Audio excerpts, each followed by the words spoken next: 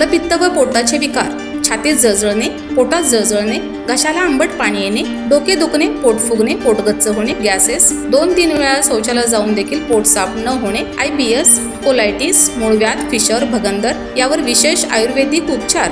तर आजच संपर्क करा विजयी भव आयुर्वेद, नेवरी तालुका कडेगाव, जिल्हा सांगली। आता पुणे व मुंबई या ठिकाणी सुद्धा संपर्क 91 75 74 34 54 व 73 87 34 34 77।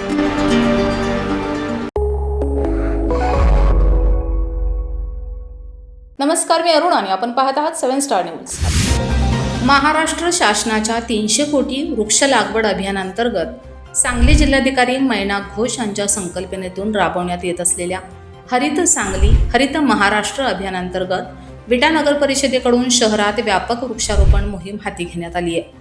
पर्यावरण संतुलन राखणे, वाढते प्रदूषण कमी करणे आणि भावी पिढ्यांसाठी हिरवेगार वातावरण निर्माण करणे या उद्देशाने राबवण्यात येणाऱ्या या अभियानाला विटा शहरातून उत्स्फूर्त प्रतिसाद मिळत आहे।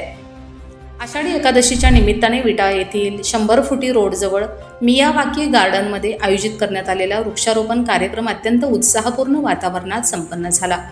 विटा नगर परिषदेच्या नगराध्यक्षा काजलताई म्हेत्रे यांच्या मार्गदर्शनाखाली तसेच उपनगराध्यक्ष अमोलदादा बाबर, सर्व सन्माननीय नगरसेवक आणि मुख्याधिकारी विक्रमसिंह पाटील यांच्या मार्गदर्शनाखाली हा उपक्रम राबवण्यात आला।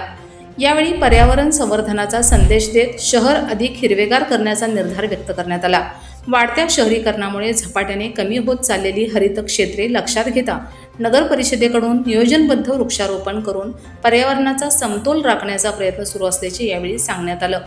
कार्यक्रमादरम्यान मोठ्या प्रमाणात ऑक्सिजन देणारी व पर्यावरणपूरक अशी वड, पिंपळ, चिंच, लिंब, करंज आदी वृक्षांची लागवड करण्यात आली।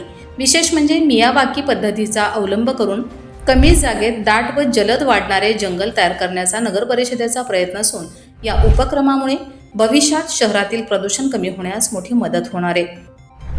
यावेळी नगराध्यक्षा काजलताई म्हेत्रे म्हणाल्या की पर्यावरणाचा समतोल राखणे ही आजच्या काळातील अत्यंत महत्त्वाची गरज आहे। झपाट्याने वाढणारे प्रदूषण, तापमान वाढ आणि नैसर्गिक साधन संपत्तीवरील ताण यामुळे भविष्यात गंभीर परिणाम संभवतात।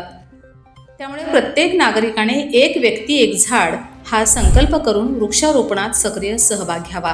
केवळ झाडे लावणे नव्हे तर त्यांचे संगोपन करणे ही देखील आपली जबाबदारी आहे। विटा शहर हरित, स्वच्छ आणि सुंदर बनवण्यासाठी नगर परिषद कटिबद्ध असून नागरिकांच्या सहकार्याने आपण हे ध्येय निश्चितच साध्य करू असे प्रतिपादन त्यांनी यावेळी केलं।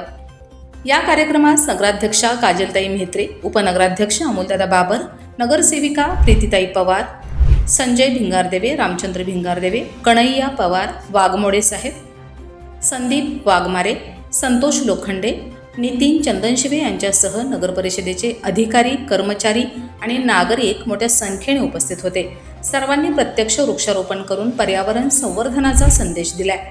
विटा नगर परिषदेच्या या उपक्रमामुळे शहराच्या हरित विकासाला निश्चितच चालना मिळणार असून भविष्यात अशा आणखी उपक्रमांचे आयोजन करण्यात येणार असल्याचेही यावेळी मुख्याधिकारी विक्रमसिंह पाटील यांनी सांगितले।